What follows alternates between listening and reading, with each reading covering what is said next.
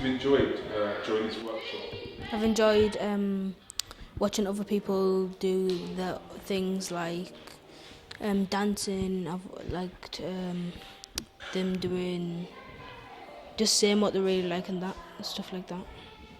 Right, so what are some of the things you've actually learned during this session today? To always be a team with your friends, to work together, and sure. Oh, great. Oh, good. So what are some of the activities that you've been doing today? What are some of the activities that you've been doing today?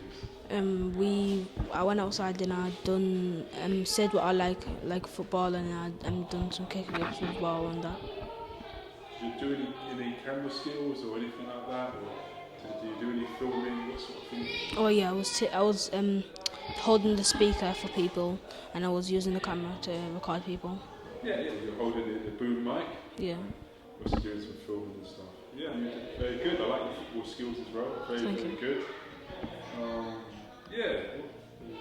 What's your thoughts on North Honestly? What is it like for you living here? It's good. I've made a lot of friends since I moved down here, and I'm close to my cousins and my family. Really good. No, yeah, thank you for your comments. It's nice meeting you.